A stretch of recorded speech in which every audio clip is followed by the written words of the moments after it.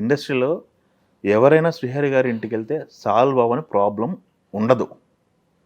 అర్ధరాత్రి వెళ్ళి గేట్ కొట్టినా కానీ సాల్వ్ అవ్వని ప్రాబ్లం అంటూ ఉండదు. నాకు తెలిసి పక్కనే కూర్చుంటారు అనుకుంటా దీని పక్కన.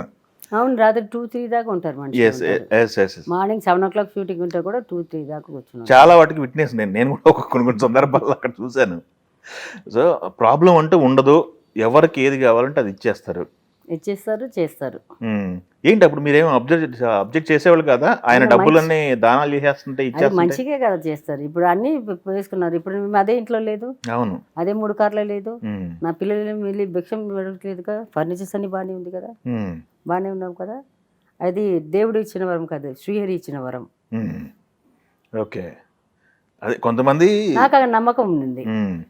ఇప్పుడు బాబా అన్నీ ఇచ్చేస్తే కూడా నేను బాబాకు చెప్పాను, బాబా నీకు ₹1 వస్తుందా, 33% ఇన్కమ్ ట్యాక్స్, 67 ఉంది మన దగ్గర, అవును, నాకెంత కావాలి, బట్టలు, తిండి, కార్పెట్, పనివాళ్ళు, ఒక దాచిపెడితే ₹100, ₹5, ₹10 మనం రేపు ఏదైనా ఖర్చుకి సడన్ కావాలంటే ఖర్చుకి పెట్టుకుని ఏం చేస్తాము.